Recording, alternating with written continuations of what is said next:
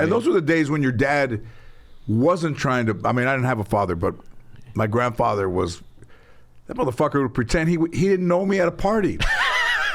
I'd walk up and I'd go, "What time are we leaving?" And he'd look at me like he fucking never saw me before. Hello, everyone. Hola, mis amigos. You're listening to Oh My God Hi, Hijo de Dios. Hola. With me, George Lopez. Porque, ¿sabes qué? Let's do the show. Porque I got a lot of things to do. I gotta go to that dry cleaner ahí. My kid fell. Se pegó la cabeza. I gotta go get some Neosporin Paul. You know what George is? Oh, I'm sure he's around here somewhere. What's his name? George? Lopez. George Lopez. Oh my God! OMG. OMG Hi! Oh my God, hi!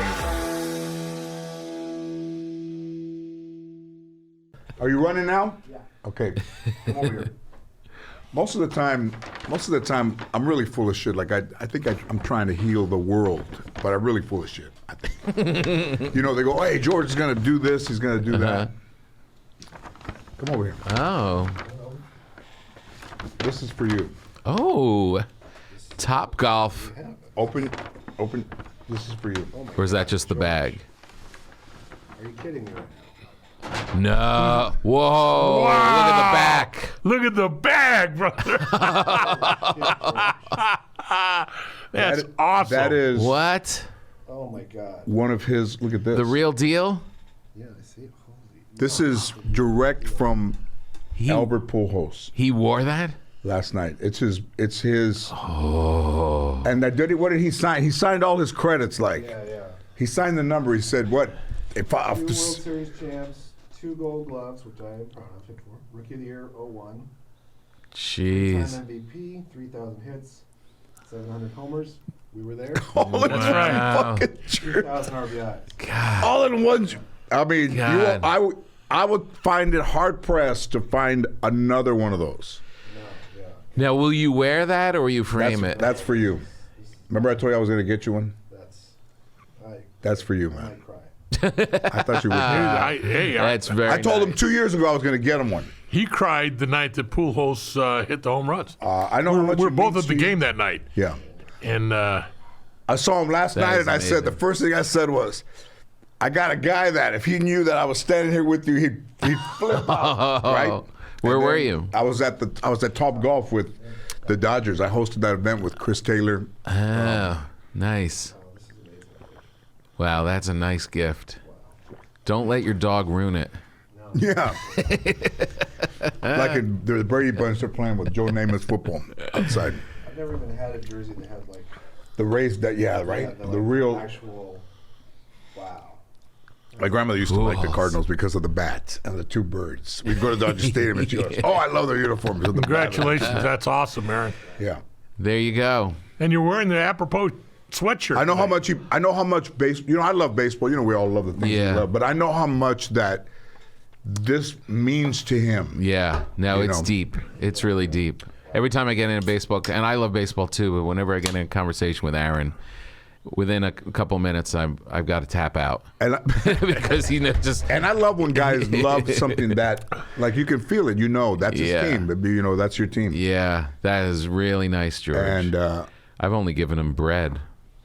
that's hilarious. Very good though. Very good. Holy shit. Congratulations. He's very happy that you have it too. Oh, thank you so much. And he might be in here one day with his son, Albert Jr. Albert Jr. is quite the golfer. And it was a sweet. It's nice when you see a sweet kid grow up to be a sweet young man and Yeah. really love something, be good at it. Because you know we see a bunch of. I don't know what you see, but I see a bunch of fucking kids that could give less than a fuck about anything. In L.A.? No. No, come on. You know, are you? No. You know, it's nice to have you here. It's nice to be here. I saw Lisa Marie Presley on Sunday at the Elvis birthday party at the Formosa. And did. I was a huge fan of Elvis. But, you know, people forget that there was, you know, he left a daughter and that he was the way, as sick as he, I mean, maybe there's never been anyone that's taken more drugs Yeah. at any time.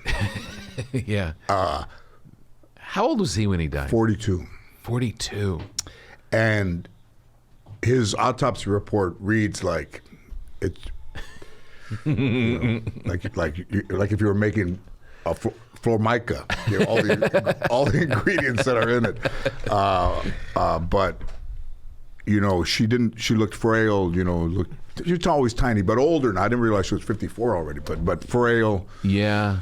And just very kind of lethargic, I thought. And it's unfortunate that she's gone. Yeah, because now, but if you believe in what you believe in, like they say, when you do leave, that your family's waiting for you, she gets to see Elvis. That was her father. Yeah. You're like, if you think, maybe she's in a better place. Unfortunately, she had kids and suffered some loss herself. But right. I mean, yeah. That's a sad story. It's a sad, yeah. Yeah. Yeah, sorry. I didn't realize he was 42. He was only 42 years old. Jeez. I mean, 42 and a half. Man, oh man. But rough. I mean, there's a lot of. She was just on TV a couple days ago at the award ceremony. Yeah. She got a chance to see all those things that happened. Listen, how were you a fan of Bob Hope's? I Who was was your favorite comedians growing up? I was a fan of Bob Hope, but in a way that he was on like ABC doing all those like specials and stuff when I was a kid.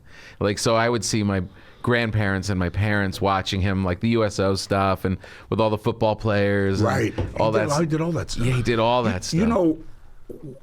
It's hard pressed to find anybody that has as many, shingles as you do. Like, you've written books, you've done movies, you've done TV, you've had shows, you've had shows that were groundbreaking in a way, Marriage Ref and things, and you still write, and I see you here. Yeah. Like, what do you love? What's wrong with me? Instead of saying, what do you love, is almost like saying, what the fuck? What is it? What are you running from? What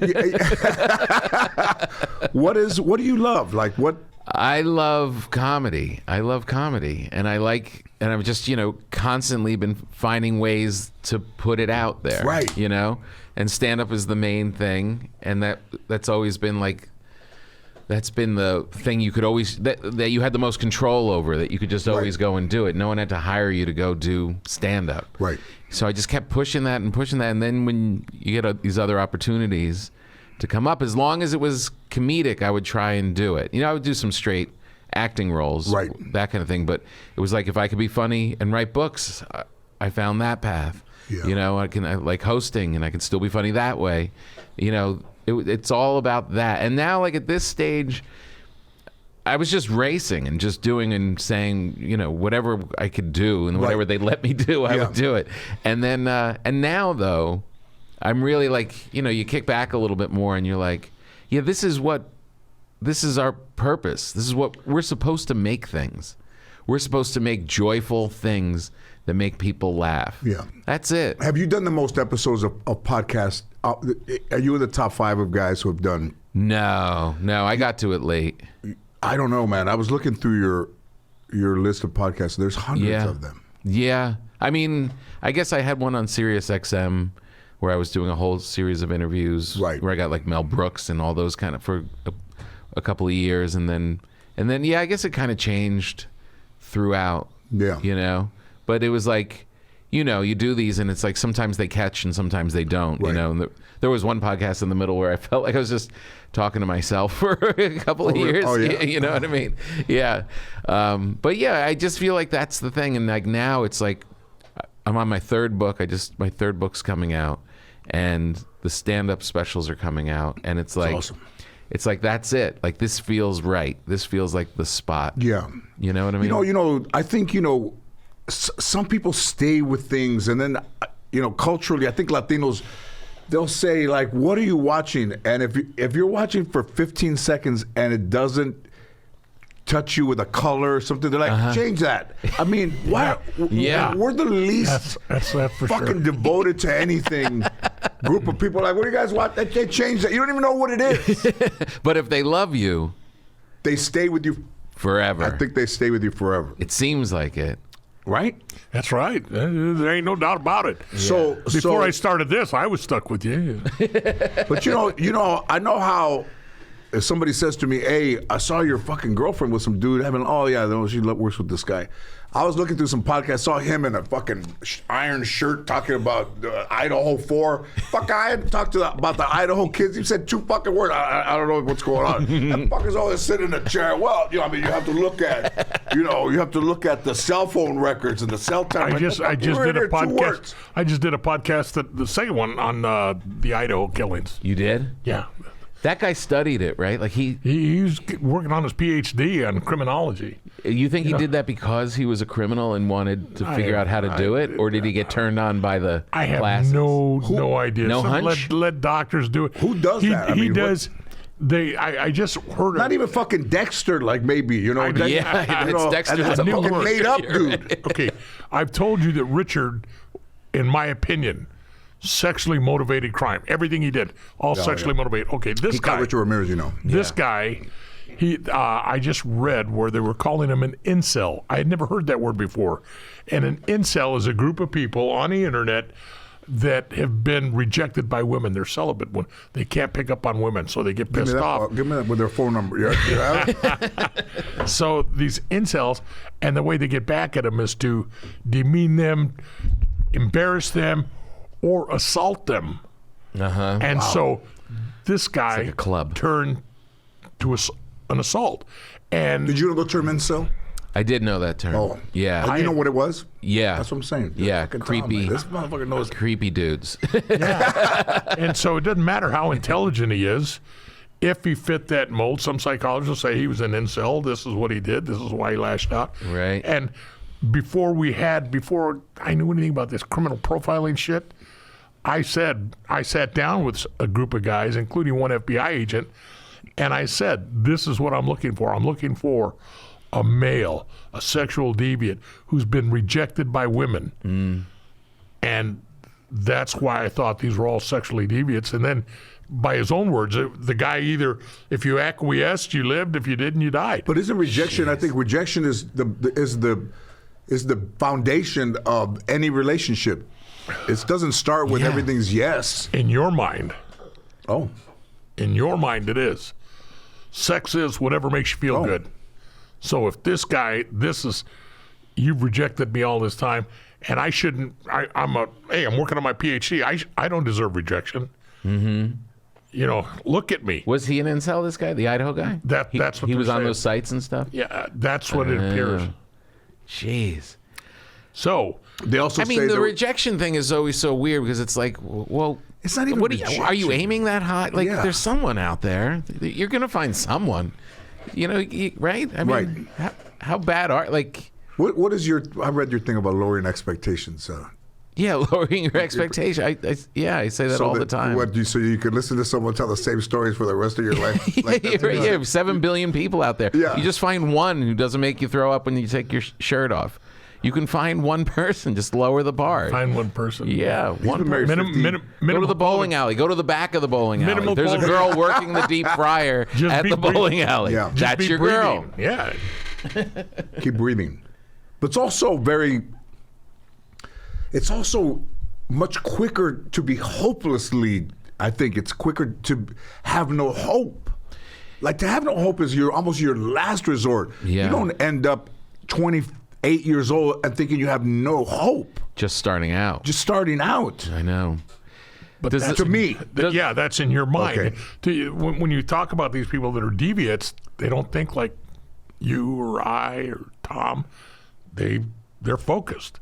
And a lot of times it starts with very, very young trauma. Sure. Like, they're abused when they're like, they don't. We're thinking of it because you had a somewhat, normal family around you and stuff, and Right. I'm assuming horrible things hadn't happened to us. But if you're like a 2-year-old, 3-year-old kid that's abused in some messed up way, their brain isn't wired the way the rest of ours Sure. are. I just accepted. Hey, give me the challenge. Let me go find them. I don't give a fuck why they were doing it. Yeah. Let me find them. And they had him, this guy, they had him, I think, the first day. They did? They did. They had information. But they had to make it, because of DNA, it had DNA. Right. And they had to make it seem like they were inept because they needed weeks to get the test back. And build the case. So this guy thought he was a mastermind. He pulled up. He went around and drove by in the morning. Yeah, came and back. kept driving by. They had his ass from day one. Really? They had a tip that lead that way, but it took that while. You got to build your case up, especially something like that. Yes, but because once you get him, they could have arrested him earlier, but once you arrest him, you only got 48 hours to shit or get off the pot. Yeah. So get all your ducks in order. That's exactly what they did. It was brilliant. But they also gave different times and made the police. They'll say we'll look like idiots for 7 weeks. Yeah. Because we know what we got already. So Sure. when they were doing all these things going, you wonder why the police haven't captured someone. It's like they couldn't come out and say we got somebody in mind. Yeah, we have a hunch. They had to say we don't. We're still looking for tips. The one thing I take my hat off, unlike, the guy that shot the gun on the, your actor buddy, the one that shot the gun on the Alec Baldwin. Ooh. Okay, that chief over there, and soon they start talking to the press, talking all kinds of stuff. Okay, and I said then, bad move. They've never handled anything. They shouldn't be saying this. My hat is off. Congratulations to the guys at the small department that took this in Moscow. They didn't say shit. The public doesn't have to know anything. There's not. And the minute you tell anybody one thing, and this father, the father of one of the victims, he was so pissed off, hiring a private investigator, hiring an attorney, and he doesn't realize that all he's doing is taking time away from. And the he never investigator. stopped. And they asked him to back off. And he said he did. He said I earned the right to, which you understand is his anger. Yeah. And I hope he understands all he did was harm, hurt the case. Yeah. Did the killer know the victims? Well, it looked like he had been setting up. He picked them for whatever reason. Yeah. He picked them, and then just planned it out. There was plenty of planning. Yeah. That went into this. Yeah. But back in August, they had his car and phone clicked in that. They got all the cell records now. Right. And back in August. But also, he was a vegan, I think, and he went to this restaurant there that the girls worked at that was a vegan restaurant. Oh, the only one really? in town. And maybe might have And creeped attractive. them out. You look at these. Right. You They're very attractive. You look at these ladies, very attractive ladies. Yeah. And who knows if he tried to make a move on any of them, and they rejected him. So now. Oh God. As a Mexican, say me lo vas a pagar. You're going to pay for this. Right. Jeez, what a creepo. Yeah. You just swimming in this ocean with all these about nutbags. that? You just You don't hope even that you know. don't bump up against them. What a great case to work, though. Yeah, you would have liked it. Oh yeah, it would have been a good case to work. Do you feel it? You feel it in like I feel it. You ready you to feel it go? in your balls? Yeah, it was a good case. all that stuff, right? Yeah. Salaciousness, DNA. The guy left it. Yeah. Well, it's the thrill of the hunt, Yeah. To be able to solve something that everybody thinks is freak and when you break it all down, it's just. Also Okay, in this small community, they're looking for a 2011 to 2013 white Hyundai Elantra, Right. and it's his mom's car. Yeah. And he doesn't come forward and say, "Hey, I got an Elantra." Meanwhile, he's just driving the Elantra around. Jeez. In that small area. The other thing that didn't come helps him forward. is he does. People think, "Oh God, that guy looks creepy." That guy looks. He looks like Harvey Milk-Toast. I mean, there's no difference. He looks like Yeah, everybody probably else. wouldn't have noticed him. Yeah. Yeah. He wouldn't have stood out against anything. Are you into this thing, this whole true crime? A lot of people are. Not really. Yeah, good. I don't like it. I am, don't. but- I don't. I just. It bothers me. What about this catfishing and scam romances? Have you seen any of those things? Yeah. Where clearly you take somebody on Facebook who is pretty plain looking, and then somebody sends a picture and they're more attractive, and they say, "Hey, I love your profile. Accept me as a friend." Yeah. And then you do, and then is it low self-esteem that when someone says, "Babe, you're really attractive," thanks. Yeah. And then they start to talk back and forth, and It seems pretty easy. Like if those moments when you're, like you think back, like teenage kids, like Right. You're lonely and just looking for your place, and someone all of a sudden notices you. How do you not get hooked? But you don't. and people living these lives, maybe I don't know if there's a way they search people, but you're married. There's people that are married that are sending $50,000, $100,000 to somebody that's in Nigeria eventually, and they're using a picture of a guy from other social media. God. And they reverse you can post a picture and then do a reverse on it, and they can tell you who that person is now. And there's people that you cannot convince them that person that they're talking to, even though they showed you the pictures, is not a real person. Right. And at the end, they're like, they're crying, and they say, "You're just going to call him one more time." It's like he doesn't. The person doesn't exist. Exactly. Yeah. Like it's not. You have this person in your mind. That person doesn't exist. Well, then who was I talking to then? Yeah. It's like you were talking to a picture of somebody that was texting somebody in Nigeria and just hiding behind the picture. But we're so lonely. We just want love. So you just want want something. Love. Yeah. And I think you look at, and everybody looks at themselves in a certain way that they look at another person in a lower or another way, right? I could never be. Because it's all physical. Yeah. It's not somebody you talk to. Yeah. It's not your brain just taking it. Yeah. It's your eyes. It's powerful stuff, though. I mean, do you read comments? No. Yeah. Do you? No. No. Unless they're good. Once in a while I'll see, it seems like they like this. And I'll read a couple of them. And as a rule, what don't they like? But nobody's ever, I don't think, truly mean to you, are they? No. I mean, at times, it depends what you're on. Like, It's not like... If I would do like Joe Rogan's podcast, and I would say certain people would come out, and because he's got such a huge audience that it's like, half the people would agree with what you're saying, and then the other half would, want you to die of AIDS. You know what I mean? It's like, and you can't. But I only bring it up because some stuff gets in your brain. This is just something written. This is just text. You don't even know where it's coming from. These are just words in order saying they hate you. Right. And you can kind of, for some reason, carry that around for weeks. That sticks with you. When Twitter first started, I looked at a few of the stuff, and then most of it was good, and then you start to realize that it's not good. The worst one that I ever read said, "I wish I could go back in time to when your mom was pregnant and get a hanger and abort you myself. That's how much I fucking hate you." And you still have it in your head now. That's the first. Listen, I've been hated on for fucking years. That's the one that's on the. Let me get the one from the top of the list. That's the one that I read that I was like, I thought it was funny, and then it stays in your head. It's like, damn, man, that's the top. It's Anything powerful. worse than that? Maybe I didn't search around for it. I received stuff before that said, "Wish I was dead. Richard should be alive. Why am I living? It's wrong." And I laughed. I've said before, I laugh at I don't care. Some 15-year-old kid is sitting back, no job, I don't give a shit. Yeah. I just got contacted by a female from Argentina who is at least in comments, she's a. Does she have big tetas or not? I don't know. I haven't seen a picture of her. She's a social psychologist. Social psychologist. Well, no, I did see a picture of her, but I didn't notice.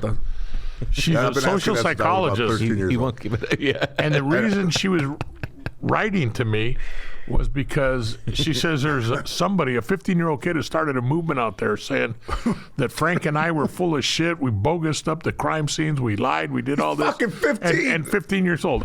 And there's a movement. He's got a following now. People trying to believe it. And I said, well, I don't give a shit. What are they going to do? The guy, Richard's already dead. Should we have him on? Yeah. Shit. So him and his partner, Frank Salerno, was maybe one of the truly greatest detectives of crime time. Yeah.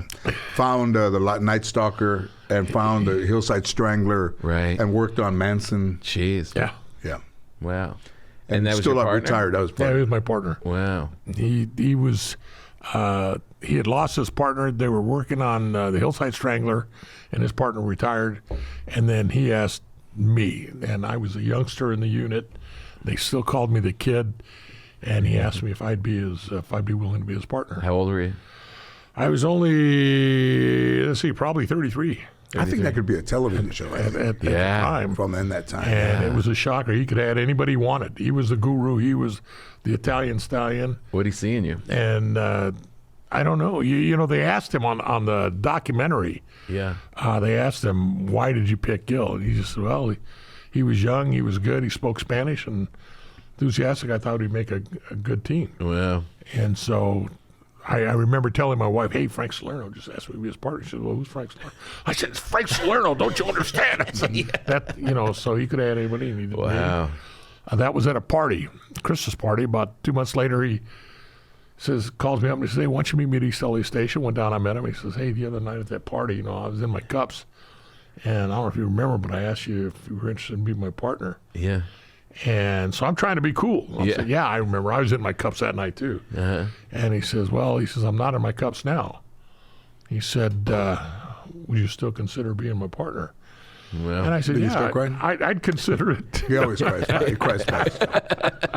I said, yeah, that sounds good to me. He says, good, because I already told the captain, and it's going to be done. Wow. We're gonna be, and that's how we became partners. Man.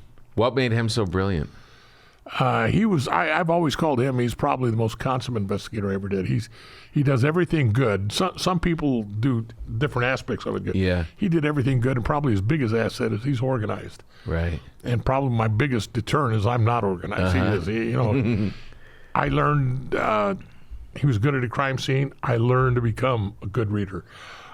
I actually became, I won't say a better reader, but we were on a murder. Uh-huh. He was the acting lieutenant. He was my boss that night. We went there, and I asked him what it is. We got there, and I said, what do I got? And he said, well, you got a solid deadly weapon. They beat the shit out of him, left him right there. I said, okay. I went up and looked at him, and this is 10 o'clock at night on Carson Boulevard, which is a major thoroughfare, right in front of a motel and right across the street from a naval facility. And I went and I looked and studied and came back. I said, it's not a murder. It's an accidental overdose. And he says, get the fuck out of here. I said, it's an OD. I said, he went to the Naval Hospital, he scored his cocaine, packed his nose, came across, he started staggering across the street, hit the cable that holds up the pole, went down in the gutter, tried calling. That's where he's getting all of his injuries from. I said, 10 o'clock at night, this guy's in full rigor. It takes full rigor mortis. It takes 12 hours for full rigor to set in from head to toe. I said, are you going to tell me this guy's been sitting out here for all these hours with traffic right in front of the hotel, nobody's called? Mm-hmm. I said, no. Cocaine accelerates rigor. And the coroner's investigator got out there and got his little thing, flipped the guy's nose. He says, oh, Gil's right. Look, he's residue up his nose. He had a partial bindle in his pocket. Wow. And so I just said, Frank, this is an easy run. This ain't a murder. Nice. Keep us back in the rotation. We'll go. I took my partner, who was a rookie, brand new. Drove about 2 blocks away. We got 2 blocks away. I pulled the car over and I said, yes! Because the student had finally caught up with the master. I think he has an erection right now. Well, Here's the I think thing, he's though. Full on. It's easy coming out of your now, if I went up to Frank right now and asked him, I need a murder book from 1985, your notebook, he'd say, okay. And he'd go get it. Really? If somebody came up to me and said, hey, I need your murder book from 1985, I said, by when? Yeah, good luck. Yeah, and then I'd have to go find it. You Yeah. know, Frank is extreme. That was his big. He was organized. You know how we're like comedy made like you're just constantly looking for what's funny, right? Your whole life is look at that jerk off, look at that lady, look at that. That's hilarious. I just saw a guy in the car who was just going out of his mind on his own in his own car because a cement truck couldn't make the turn and the guy's windows down and then just like you clock that like all fucking by himself, right? Fucking tormenting him. He's tortured. Yeah, and you clock that as comedy, and like maybe you'll do something with it. Who knows? Yeah, he's behind. Now, the when wheels you're like in this. crime, when you're in true crime as a fan, or if you're like yourself, like a great investigator, do you see the world constantly, the dangers, the evil shit that's happening? I'm constantly just looking out for myself. I see an awful lot of stuff. Even now that I still recognize an awful lot of stuff. You do. I still go into a restaurant. Yeah. And I won't have my back to the door. You won't. No, I got to be looking at the door because I want to see who's coming in, who's going out. So I just do that stuff. Now, When you were Your watching world is Coming to different. America, did you know Sam Jackson was going to try to rob McDowell's, or did you just were enjoying Louis Anderson as the character? Because Arsenio undid the thing. You're like, hey, this guy's, Akeem and how's Eddie Murphy? How's Eddie Murphy? He clocked him, right? Yeah. There's some people that have no idea. There's some people that'll come in and with windows will be broken. What the fuck just happened? Where were you? I was on the phone. What do you mean you were on the phone? I had no idea. Louis Anderson was God doing rest stand-up. his soul. Was doing amazing. When he was Amazing doing stand-up, comedian. I saw him in And Washington, D.C. I'm with a friend, and the friend used to be a cop down here in East L.A. Go down over there now. We go in, and Louis Anderson's performing. This friend of mine, she laughs just as loud as I do. So we're in there, and she gave instructions. She had bucks now, and she gave us, don't let the ice hit the bottom of the glass.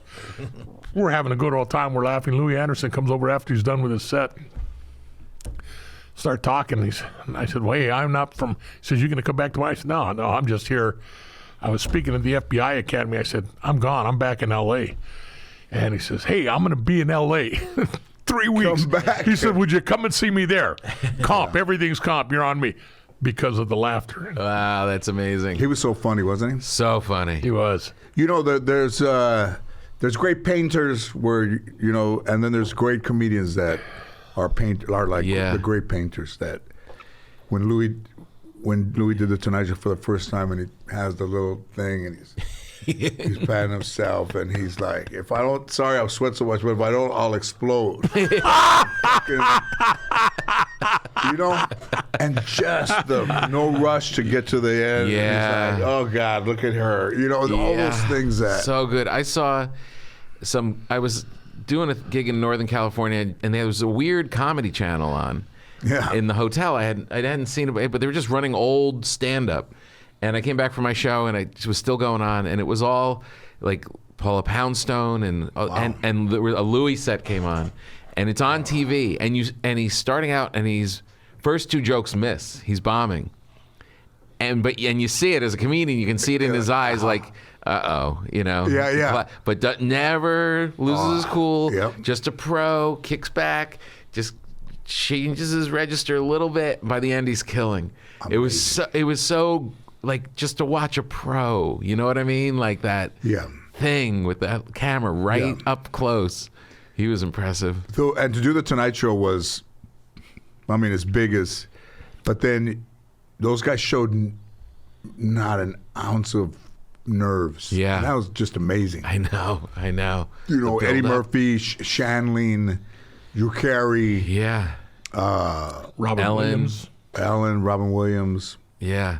It was so much bigger. God. It was way different. So much bigger. Yeah. I love comedy. I just love comedy. Yeah. Who did you like you're Greek too, right? No, Italian. Oh. They say Greek though, huh? No. No, Italian. Papa. P-A-P-A. What was your father like? My father's still around. Oh, God bless him. He's we're Sicilian, and he's pretty Sicilian. Wow. He's got a little bit of a. He's got a little. And when he was growing up, tough. when you were growing, what did he have? Would he wear a T-shirt? Sideburns. Yeah. Tight shirts, big arms, big gorilla arms. Yeah. Rode a motorcycle. Wow, man. But grew up in like suburban New Jersey. Shit. But he didn't belong there. You know Sounds what I like mean? Paul Rizzi's dead. Yeah. Yeah, man. Yeah, really nice. Like loved kids, loved family, loved all that stuff. But he was tough. Like you knew, he's still like my Fortune Feemster. We do a show together. Awesome. Yeah. He came by the show, and she just picked it up immediately. Like, oh, your dad's a badass. I didn't know your dad was a badass. Yeah. He could still. see it, yeah. We were at a family reunion. We do a Christmas thing. I have this dinner every Christmas, and we get everybody, all the Italians together in northern New Jersey, and keeps the family together. And all my cousins that are my age are waiting for the day because my father will shake your hand and he'll bring you to your knees.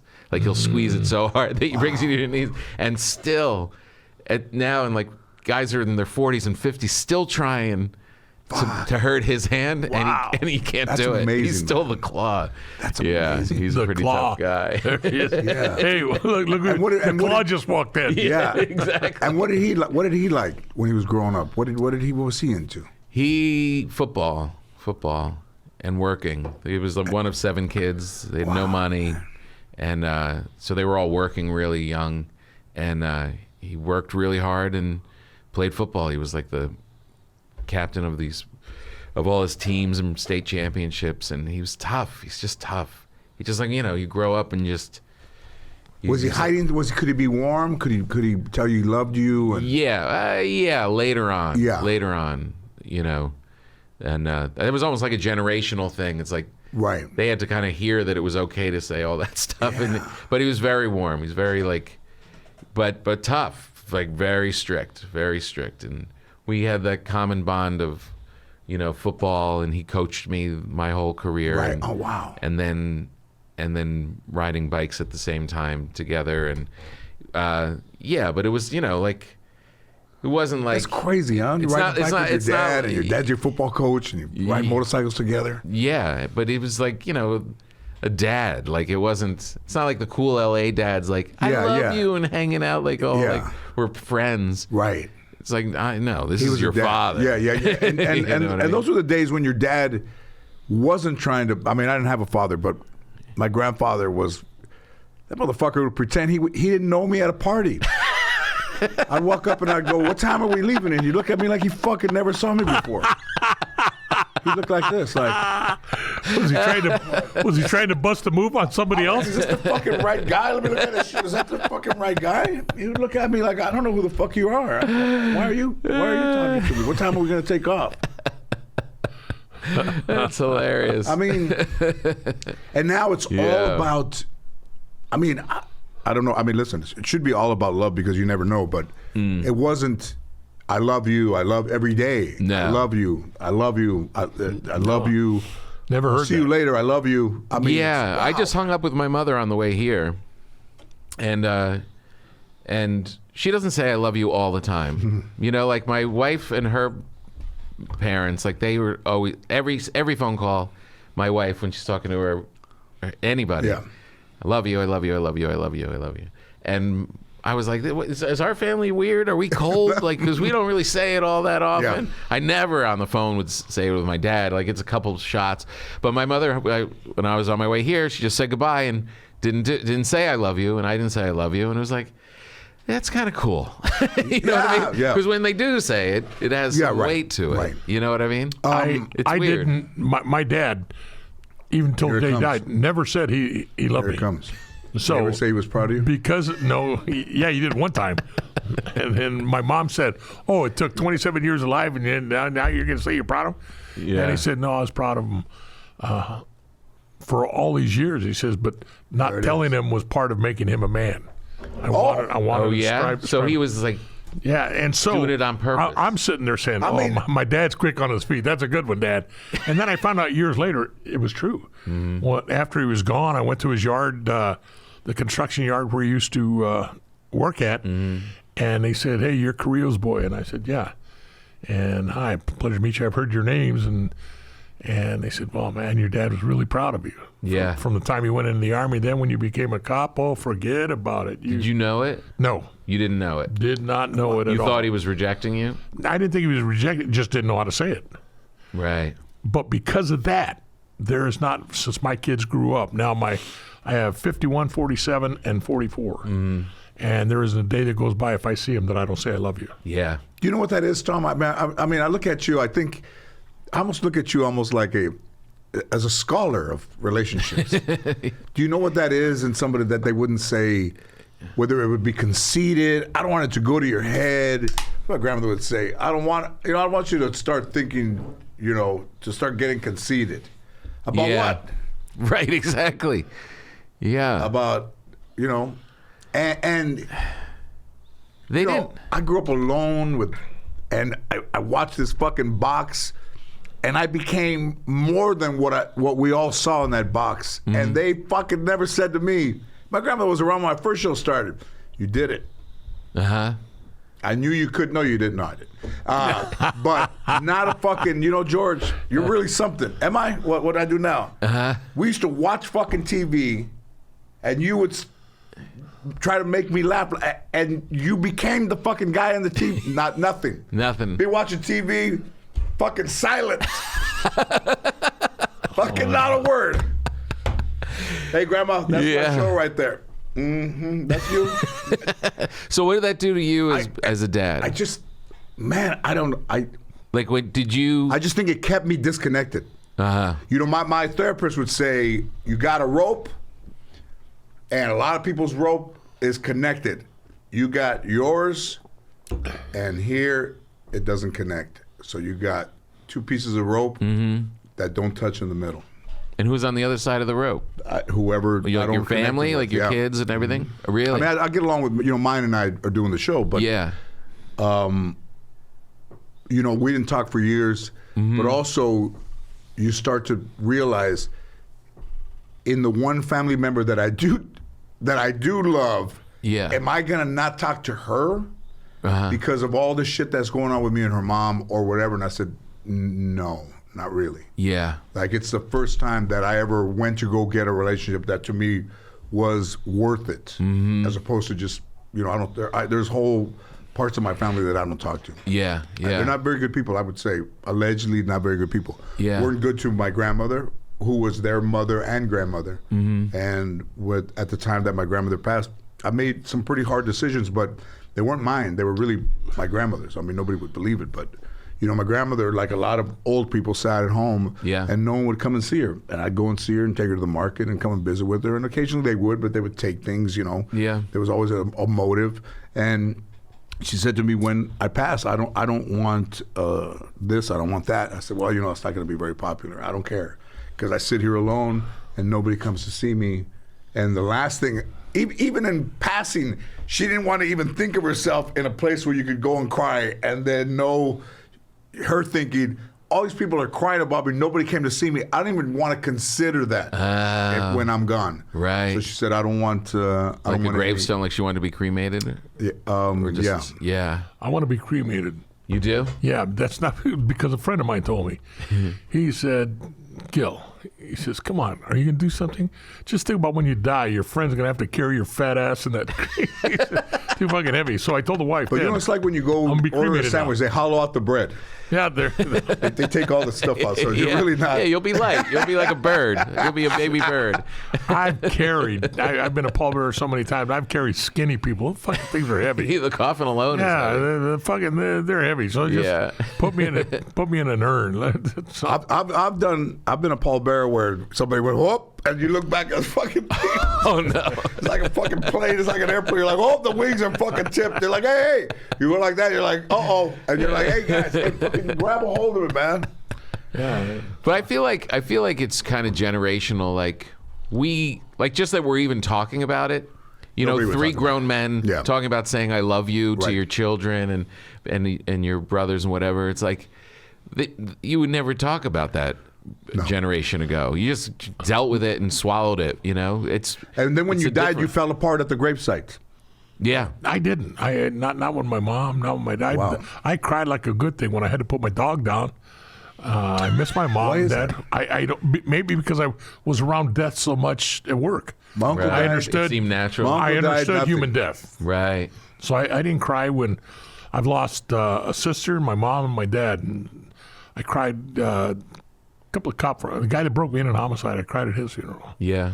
It's not wrong. It's nothing wrong to cry. It's nothing wrong to feel movies pain. Make you cry? Yes, Movies I do. do. Yeah, George will tell you I'll cry at a drop of a hat. Yeah, you just said he cries all the time. I did. Just I not the cry. big stuff. Yeah, I do get. I get emotional. Do you cry all the time?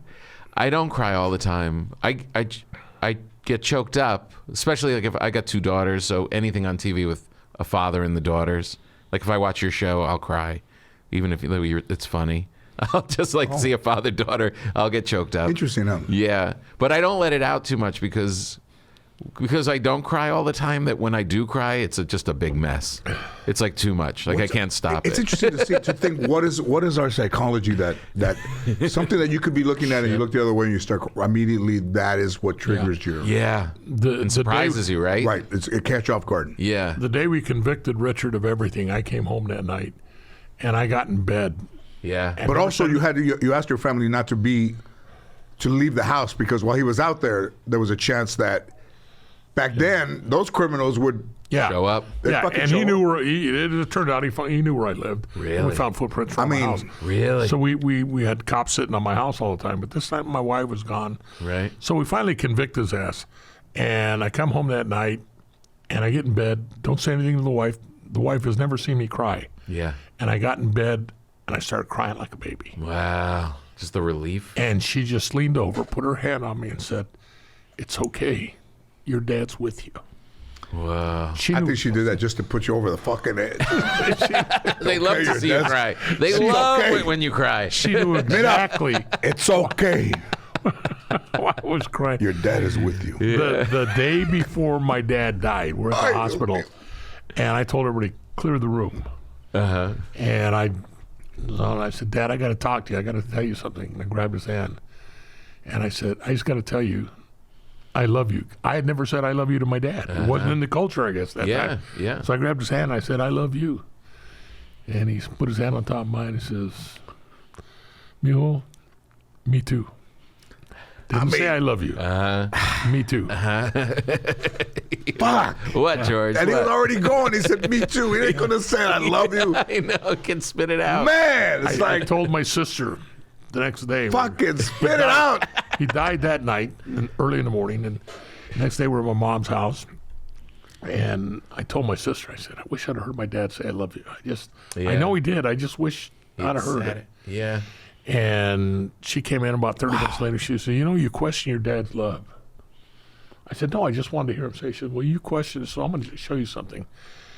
We're going through his stuff, and in his closet, he had a metal box. I don't know if he didn't trust the Remember bag. Seinfeld where all the love letters of the dad wrote to the other guy in Seinfeld? So he had a metal box. In that metal box, he had $10,000 from my mom just right away. Uh-huh. He had deed to the house, all the insurance papers, every important document he had in that metal box. Mm-hmm. She says, and look what he had it in. It was she opened it up, and there was a newspaper article. And the headline, it was about me. There was a picture on me about me helping start an orphanage when I was in Vietnam, Wow. asking for help. She says, that's how much he loved you. Right. So then I started crying all over again. Yeah. But he never did. But I know I knew They he just did. didn't have it. They didn't. They were taught to not He was about say macho it. guy. They were taught to not show it, especially as a man. You were like, How was your wife? Your wife did stand up too. She's a performer as well, right? yeah. She was when I met her. She was a stand-up at Comic Strip, and How was that? Was it an easy, like when you saw each other, was it an easy, Immediate. Did you feel good with her? Yeah. immediate. But then we realized, like I met her, and I was with Ian Bagg. You know Ian? Yeah, oh yeah. Ian was there, and it was like during the day in the comedy club, which is always weird. Yeah. And we met, and there was just something was there. Wow. And she wanted to be in the sketch group that I was in, and then she left. And Ian was like, "What the hell was that?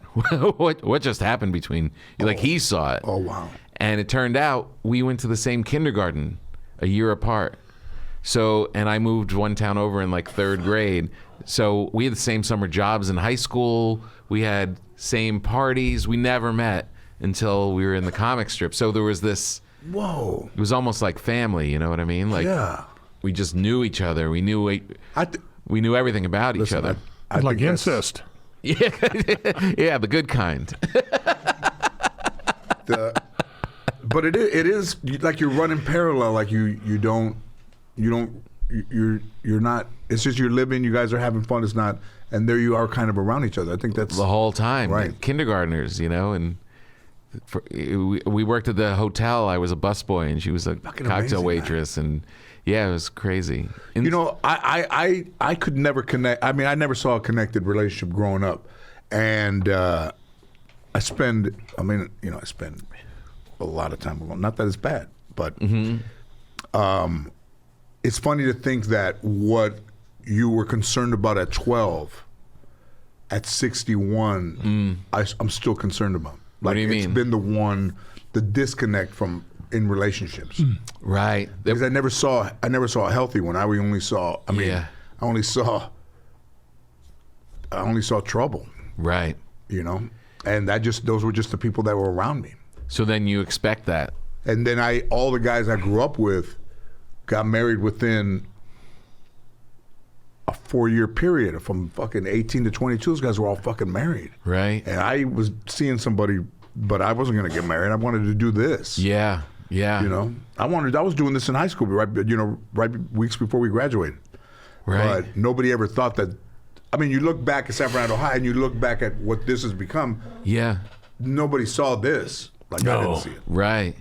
It's weird. It really does come down to like what you're raised with. Yeah. You know Never what I call mean? you back to the high school to Fuck, you're fucking. No. you know, When hey, they want Mexican done good? No. No, I don't think so. And you know what's interesting is I think of myself going back to the high school. Like, you know, I give toys to the elementary school every year. They did it when I was growing up in 1970 through the 70s, 73. And then I woke up when my show was on, like in 2005, and I just said, I wonder if they still do that. They called over there. They're like, what year did you graduate from here? I said, 73. They go, George, it's 2005. And I was like, it is fucking, like, to me, the time is just closer. Left. Yeah. It doesn't feel like it's that. Like, even when I think about high school, like we're talking about it right now, and being 18 versus going over there, if they did call me, I'm 61. Yeah. Going over the 61-year-old and walking on the baseball field where I was when I was 15, 16, 17, 18 Yeah. is just, the field is named after me. Nice. Because, you know, I bought them championship rings 15 years ago. Nice. And it's been that long. Wow. So it's like, It's weird, I do isn't more it? for people I don't know than for people that I know. Right. Yeah. Like Aaron. But you have that in you. Like it's like you could just tell from your performing and everything that there's something. There's this love in you. Yeah. But you just never learned the rules of how to do it. That's right. It's weird. He's never told me he loves me. He told me. Did he? No, I I have a lot of respect. If you open up his glove compartment, there's an article about you There's a, in his glove box. but you always had a great affinity for you, man. I always thought you were really funny. Oh, thanks. And, you know, I always thought that you were really very disciplined and a hard worker and very creative and really very good. Like, even sitting like with to you hear now, that. is like, I just was looking at the things that you had done and, like, yeah, of course. I mean, you just But you were like you were already one of the guys when I showed up, and it was like, you know. we met, I think, when your show was on NBC years ago. Yeah, that's right. Yeah. You had When a I great just cast. started. And why do you think that show didn't go, you think? That show didn't go because it seemed like we were on the fast path to getting Right. on the air. I mean- and then Jeff Zucker left NBC, and a new president came in. And Jeff Zucker loved the show, and this new guy just got handed this mid-season show and was like not into it. And then he put Steve Carell on it to play my boss. I didn't even have a workplace. Oh. And they were trying him out for The Office. Oh. And then they made a deal with him to go on The Office, like while he was on our show. Man. So it was just, this president just wasn't into it. It was just one of those. Who was that guy? Kevin Riley. Yeah. Yeah. He went over to Fox, I think. You know, it's Yeah. funny how how you just get played, like it's a chessboard to them, and they just move people around. Yeah. They own you. You got to in a get sense. lucky. You got to say, you got to get lucky. Yeah, that shit has to kind of all line up. And It's sad. Yeah. it's a bit of a fucking what is it like? I understand it's a business. I wouldn't say demolition derby. I would say it's a bit of a like, is it a gamble? Everything's a gamble. It's a gamble. It's a heartless business. They're playing. It's with heartless. You know, with your futures, this on their hunches. That's what they're doing. There is no science. But you to could it. have a fan, like, you could have Jeff Zucker be a fan and then him leave, and then someone else comes in and they're not a fan, and everything you felt and you knew was good Yeah. is pulled out from under you. And I talked to Phil Rosenthal, and he was in the process He's amazing. of watching CBS pick up shows. And it's like, you're here in LA making these shows, and you have all your executives, and you think this is, and they all love it. And then in New York, when it comes time to do it, on the top of the skyscraper, there are these guys that have no idea how hard you've been working, who you are, what's going on. And the way they make decisions, it really makes it seem like, oh, we shouldn't be that invested in it, because it's kind of out of your... That's the greatest thing about being a stand-up, is that the show was canceled quickly after all that shuffling, and I was like, oh shit, I got canceled. But within 2 months, I was driving right back onto NBC lot, parking, and going to do stand-up on The Tonight Show. And that's when I realized, oh, okay, if as long as I'm a comedian, it's up to me. Yes. All that stuff about getting your show on, that stuff's crazy. Who knows? But as long as I'm really funny and can walk in and be the funniest person in the room, I can have a shot. It's currency. Yeah. It's currency. But I remember hearing about you because when I first started headlining and went to the Tempe Improv in Arizona. Yeah. And they talked about when you would come through, because I'm nervous. No one's coming to see me yet. Right. I hardly even have a headlining act. Right. This is my first time. And just the legend of what you used to do in that room. I was a killer, I think, right? A killer. You would just crush. They all talked about the roof coming off the place. I was a killer. I don't know what the fuck I was doing, but I was You a were killer. crushing. I think I was always engaging. Like even the guys in '79, Joey Gaynor and Fox and those guys would see me at the Comedy Store in Westwood. Yeah. And the third time I was standing by the side of the stage, me and Ernie, my friend Ernie, and Joey Gaynor says, "You're next." And it's like 8:50 on a Monday morning and a Monday night, and it's sold out in the summer of '79 was just a beautiful time for comedy. Yeah. 79? 79. Richard Pryor, Letterman. Wow. Howie Mandel, all those guys, Yeah. fucking Eddie, Shanley, those guys. I mean, the variety shows, so a lot of guys, Dreesen, those guys all worked. And I was like, he's like, you're next. I wasn't supposed to go on till after 11 maybe. Uh-huh. And I think he just moved me into a place where I could not do poorly, even though I didn't know what I was doing. It's just like you went up there and you started laughing, you started talking, and they just were buying it. 3 minutes, 4 minutes. Yeah. And I record everything on a recorder, and then me and Ernie ran outside, and we would run up and down the street. And I think in my life, I was 18. I just turned 18. Whoa. And I think in my life, it was the first time that I ever was excited for something good. Mm-hmm. With just something good happened, that just happened. And he and I were running up and down looking for a place to listen to the tape. And when we were running, it felt like my feet weren't touching the ground. Wow. And we just sat across the street. It was an office, but it was like a when somebody it looked like a house, but they were a dentist and it was connected to it. We sat on the stoop there and listened to it like 9 times in a row. And I think it was like the first. It's amazing. Thing that you felt was good. Yeah. And it was like an infusion of it. I mean, it didn't change me as a person, but it's still a grind. But it at least gave me something to look to the future, at least sparked something where I thought, well, maybe there is a future. That's your here. place. Instead of having that moment come 7 years later when you finally kill. Yeah. I killed the third time. So it gave me something to be like, wow, fuck, I can kill at some point. Yeah. I've already done it. Well, guys don't really do it. Did it take a dip at all, or did it? It took a dip, yeah. Just as you were kind of figuring out. And then I was a quitter, so I had to realize that. That you quit? So I would stop and quit and go back and quit. Oh, really? Yeah. Really? And then I didn't know that. learned that lesson. Because you didn't like not killing it? Oh, really? Yeah.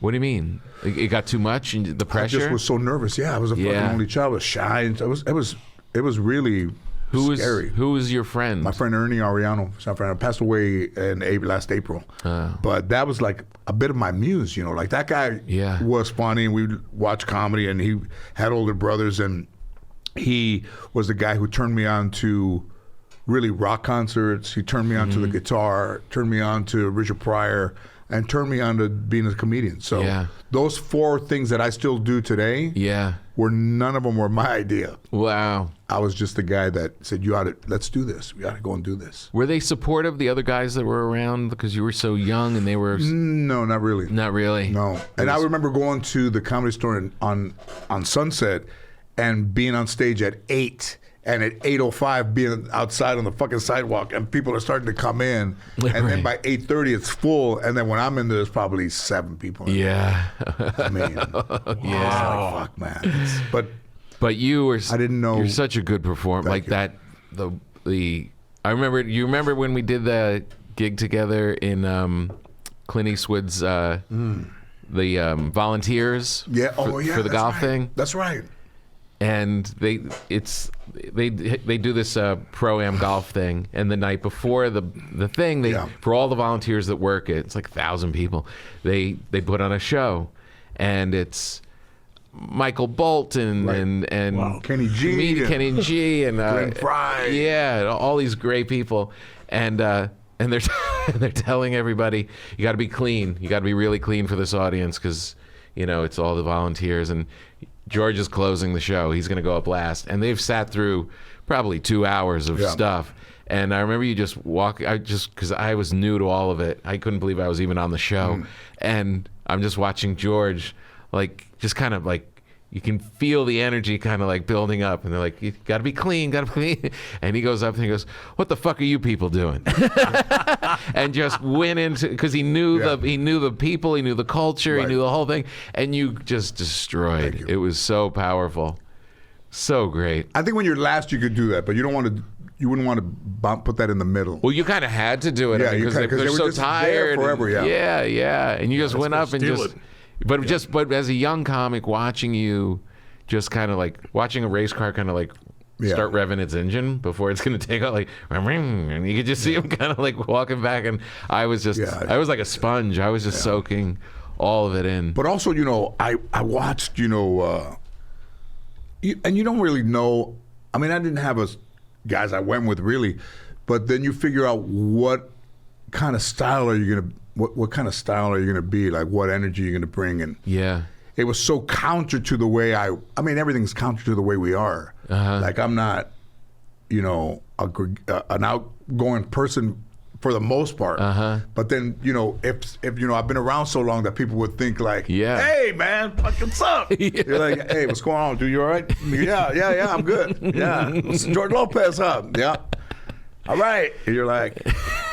Yeah, dude, all right, cool. Where people would be like, hey, what's your fucking problem? What's my problem? I have a problem. But now I think people realize that there's not just one person. There's a few different personalities, which I think now. Do you have comedy friends that have gone the distance with you?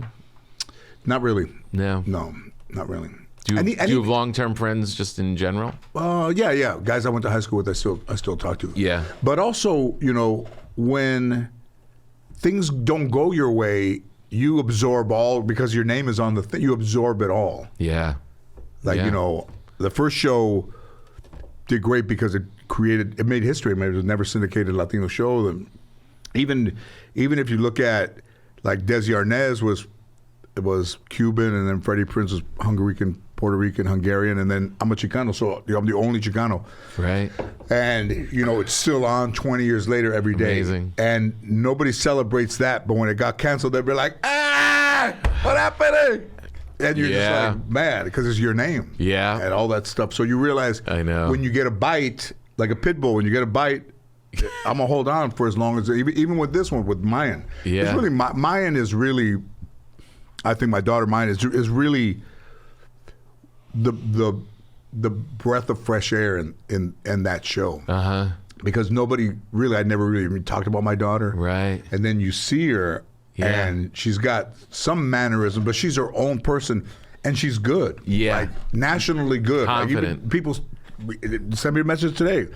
I don't really follow shows. I'm not that kind of person, but I love your show. I love your daughter. Yeah. And, you're like, you could tell just from one ad. Fuck, I know, man. Yeah. She's fucking great, man. And pops. She was at that party with me, that Elvis party, and it's cool. And you know, I drank, and the last thing I remember her saying was, "I'm getting a little bit buzzed," and then, you know, I go, you know, and very supportive and very loving, and just Baz Luhrmann, you know, came over, and Austin Butler, and they're talking to her, and you're just like, man, this kid is really amazing. The next level of, you know, you go, that used to be what a Porsche looked like, you know, it's kind of a little bit of a bug-eyed car, and now you see it, it's this fucking thing that, you know, you can't just take the rims off, you have to go take it to a bend. That I think that for the Lopez, that's where I think my legacy will be in my end. Has it changed your relationship? Oh yeah. Yeah. Yeah.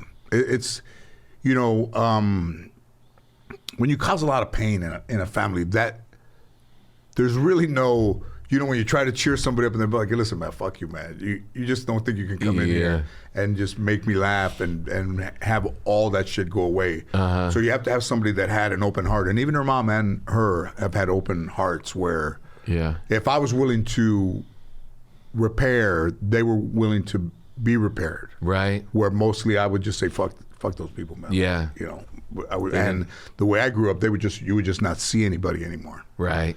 You know, so just go. It's worked out, yeah. Right. It's worked out like that. It's interesting. I remember when I had something, I was up for something and didn't get it. This is back to like the comedians, you know. And I came back to the Comedy Cellar, and maybe it was a canceled show. And Manny, who was the owner of the Comedy Cellar, he said, I heard your show got canceled. I was like, yeah. He goes, you made a lot of comedians very happy. It's crazy, huh? Shit. You know what I remember is going to a meeting maybe at Paramount, and then going to the office, and behind them there was a bookcase with all scripts lined up, and they would write the name of the show in the binding of the script with a marker. And I remember sitting there looking at the names, and none of those fucking shows made it. Yeah. And then you're sitting there thinking, all right, well, why would I make it? But then also, why wouldn't I make it? Is what I started to really think. Is you look at all those and names you realize and things that you heard that didn't work and they put them back there, and then you start to think, well, why can't I? Yeah. You know, why wouldn't I? Yeah. I mean, I love Richard Pryor. My grandmother did not like Richard Pryor. And I played that fucking live in Long Beach 5,000 times in the house. Yeah. And my grandmother would go, she'd be like, no te enfadas con ese pinche negro. You know, like, you don't get tired of that fucking black guy. I was like, I love him, Grandpa. Come on, you don't even, you know, just as she's passing by. And then cut to 2007, I spoke at his funeral. Whoa. Like I eulogized him. Whoa, really? And you're standing there and you're trying to tell your grandmother why you think this guy's incredible. Wow. And she's like, I can't imagine you watching this fucking thing again. And you know. Wow, and you spoke at his funeral? I did. Wow. Man, it's really, really something, man. Yeah, that's amazing. amazing. Those things are just, you know, Freddie Prinze, I stole Freddie Prinze's headstone in fucking 1978. He'd been dead a year. You what? I stole his headstone from Forest Lawn. You stole it? What? I used to go over there and just sit there, man. Then I noticed it was a little loose. Not entirely. And then What, like the plaque? Yeah. I was like going like this. Just like, hey, it's a little bit. No. And then I was telling this story to and then maybe a year and a half later in the summer, I go to the market with my grandmother, and there's a globe there that always had the alien kid, you know, the black and white. Yeah. It had a picture of Freddie Prinze's mom at the bottom, and it said, "Grave robbers are trying to steal my son's body." Oh, no. I'm like, Grandma, buy me this. I'm not buying for what? For the guy's face right there. And I said, Grandma, buy me this, like 50 cents. Yeah. No. I'm like, I'm gonna fucking steal it. Buy it. And she bought it for me. I went and it said that the headstone was missing, and I was like, it was me. I'm like, man, what the fuck? Do you still have it? I have to find it. I have it somewhere. But you know how I did to repay him is when my show was coming close to the 100th episode, And Johnny Grant, the former mayor, the mayor of Hollywood, that little guy, he said, hey, I went to Steve Edwards' star ceremony, and he's like, I think it's time we put you in the walk. I said, I'm not going in. So remember, I'm not going in. Freddie Prinze goes in. He looks at his assistant. I think Freddie's in. And I said, I don't think he's in. And she said, I don't know. And he said, well, let us check, and then we'll call you back. And I think within days they called and said, he's not in. But if you want him to be in, you can sponsor him in, and then it's $10,000, and then you can have the ceremony. We'll do the ceremony. I said, I'll do it. Nice. And I stole the headstone, yes.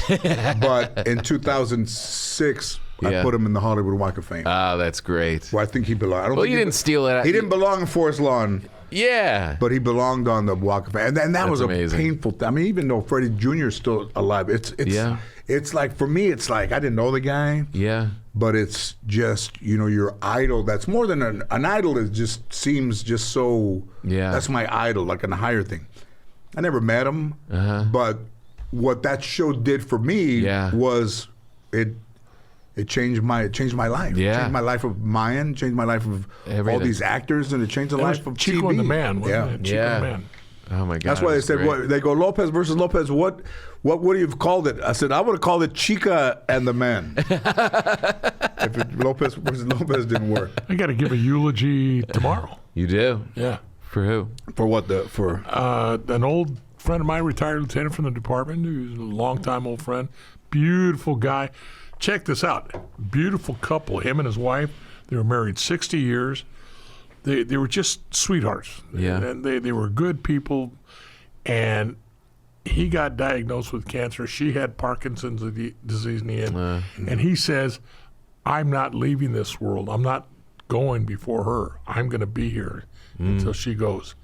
She passed away on a Monday. In less than 24 hours, he passed away on Tuesday. Man.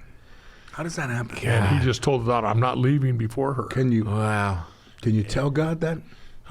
Boy, he did something. So they're having the services tomorrow, and For both? for both of them. Whoa.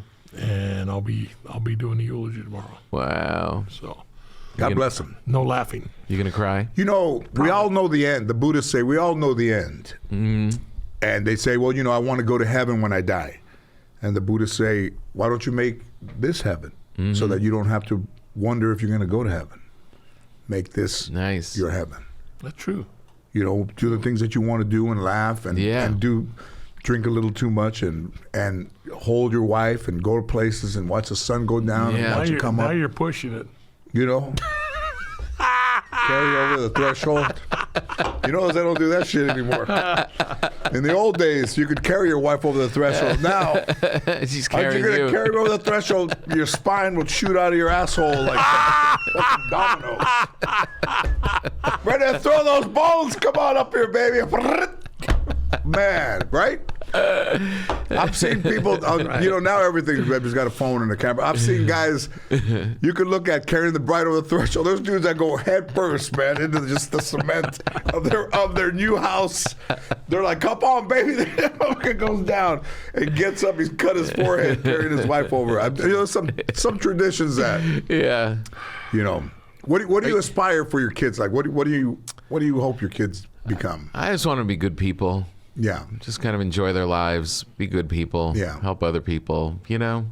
That's really it. I just want them to be, because I feel like that's kind of it, right? That was what all of us, they would try to point you into a behavior like, hey, calm down. I'm glad they didn't take after me. Hey, sit there quietly. You sit there quiet. They're just trying to control your.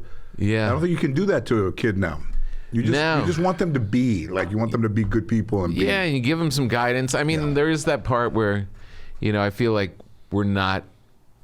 people aren't parenting enough in a way. Like, you can still tell your kids right from wrong, and I think you have to step up that way. But as far as like what they want to be and do, as long as they're passionate and they wake up in the morning, want to do it, and be useful, I think that's it.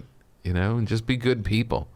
Other than that, What's the concept of breaking bread? Do you bake bread? I do. I bake bread a lot. Yeah. Yeah. You'll come on my podcast, and I'll give you my bread. How did you?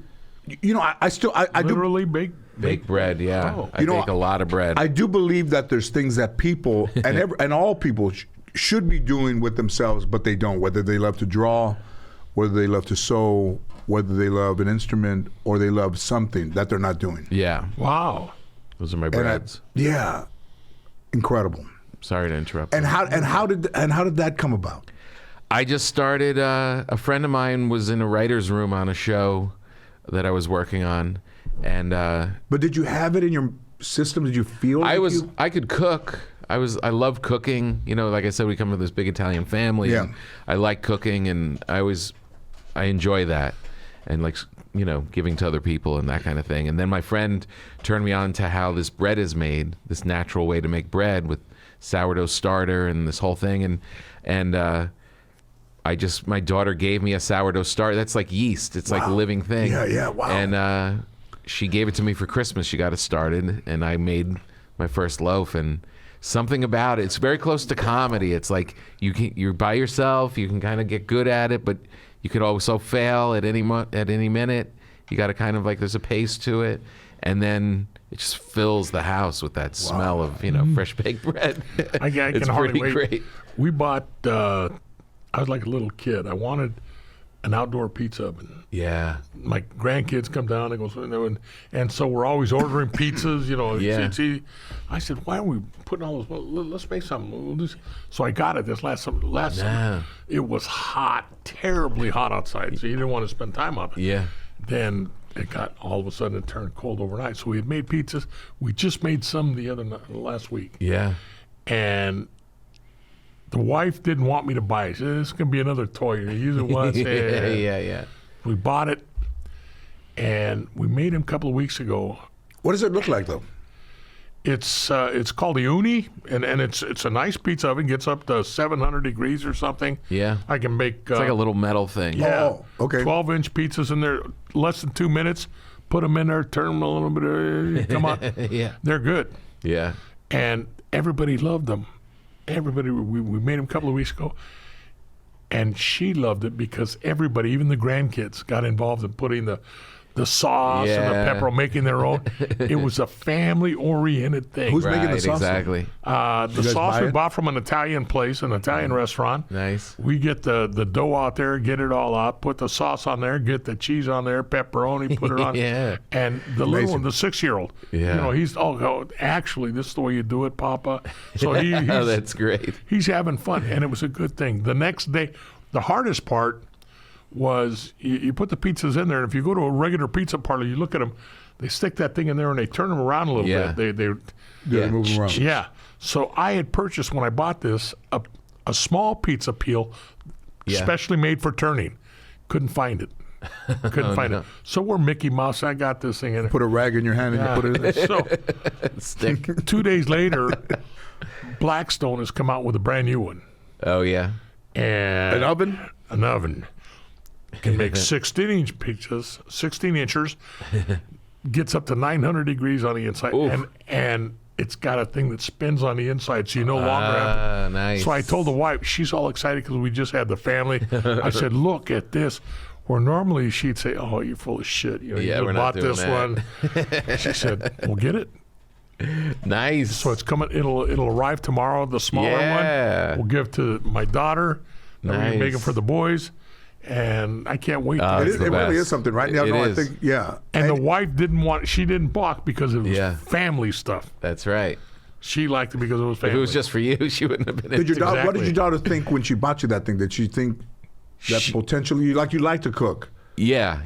I don't know. You basically put flour and water in a dish and let the yeast just fly in and start eating it, and then it starts to bubble, and then you keep feeding it, and it becomes this thing, and then now you've trapped the yeast. And she just shows me at Christmas morning, just gives me a bowl filled with this snot, and she because it's become a thing. Like, people know me for baking bread, and But it does look. They do look great. Oh, they're I mean, great. beautiful. I'll yeah. get you. For sure. Yeah. And she's like, who knew just from her giving me that gloop that I'd be talking about baking bread on Yeah. on here. And how many different types of bread do you bake? They're all like sourdough based, which is just I love sourdough. It's just kind of the thing, but some of them aren't sour, and I've got like 4 or 5 different combinations of stuff. It's great. Jalapeno and cheddar is a really good one. Yeah, that's really good. So I buy that at the Mexican But do your market. podcast. I think that's the one. Then All right, if I ever you do got that. it. Yeah. Aaron, clock that. But I think that it is really something to find, to have something that pulls you away from something that can be very singular. Yeah. You know. Right, exactly. And, you know, when I started writing the books, that was like, it meant I was home, I was working, but you're taking these little breaks to go then deal with the dough, come back to writing, go deal with the dough, come back to writing. Like, it kind of fit that kind of writing schedule. Yeah. Yeah, it's nice. I feel like it's I feel good about what you were saying. Like I can feel it inside the yeah. Yeah. You'll feel really good when you're eating it. Yeah. In this oven, I don't know what temperature do you put your bread in? 500. 500. Now see, Yeah. because these ovens they also show they make bread in them. Oh yeah. As well. Yeah. No, that's the thing. Like a nice oven can get really hot.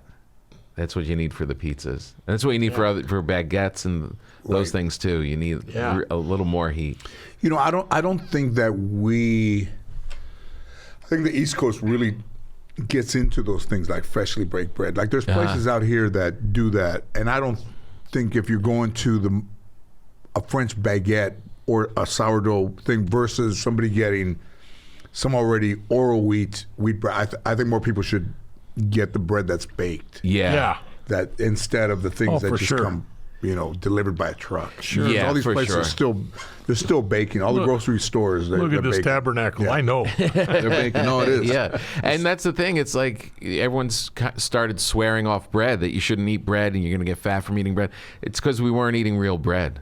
Right. We're eating stuff with all the sugar in it and all these additives. And when you just make straight up bread, it's not bad for you. It's just flour, water, salt, and yeast. And we eat bread all the time, and no one's, I'm a little fat, but not really Tortillas, fat. no, yeah. Tortilla, my wife's now homemade flour tortillas, just flour and water, and that's about it. Yeah. Baking powder, a little baking powder. I told my grandmother, why don't you show Ann how to make tortillas? Why don't you mind your own business? So, fucking grandma, man. Took all her, and that was my biological. That wasn't, we were blood. That was blood, yeah. He fucking taught me like that. But, instead of leaving me things that I could do to remind me of her, she took them with her. I tried to make beans one time. I didn't realize half a pound is 9 pounds of fucking beans. They're boiling out of the water. The clothes are in there. The fuck can still find them. I'll see the dogs fucking around with something. We got fucking beans 4 years ago. They just grow and keep growing. They just kept coming out of them. But would I like to be able to make tortillas the way my grandmother made them? Yeah. If I look back and think, maybe I could assemble the thoughts of what the baking soda and with the water and the way that she did it, and then put the baking soda in there, and then You could do it. maybe. My wife can do it, and she rolls them good. That's in and of itself. Yeah. Rolling them out to get a nice circle. Yeah. I just got delivered 2 days ago a 10-inch tortilla press. Yeah. Put that there. Now they're all done. Now I just put them on the You comal. see what I mean? It's fucking press, man. He's living some life. When I went to Carrillo's, this place is still open, and when I was like 7 years old, they would walk in. All the ladies would be making the corn tortillas, and they would have a little thing, and they'd go like this. Yeah. And I would pretend I was waving like they were clapping for me. My grandma would pull my fucking shirt. Tom, I love you, man. Thanks for coming in, man. Thanks for having me. This was I great. hope that it was Really fun. It was a very cool. casual conversation. Yeah, it was very cool. But it's also great to sit down with you. And, for sure. And talk to you, man. You're a great person. We don't really get a chance to talk much when I see you. Yeah. But you are everything that I thought you would be. Oh, thanks, man. And I that's appreciate it. beautiful, I was man. thinking about that on the way here. It's like we were always kind of running into each other, see each other. We same, never same. really sit and talk, Yeah. and this was. I appreciate you, man, This as is a, great. as Nice a meeting you, comedian. too. Pleasure meeting you. Yeah. And a dad and a husband and all. Thanks, and a comedian man. thing. Aaron, today was a good day. All right. Thank Yeah, you. because he got a jersey. Thanks Yeah, for watching. aside from the jersey, aside from the jersey was in a good day. We're talking about crying. He's been crying back there. I've never seen a jersey. I mean, he was reading everything that was written on that number 5. It's like, geez, Albert. He did it. Yeah. That's amazing.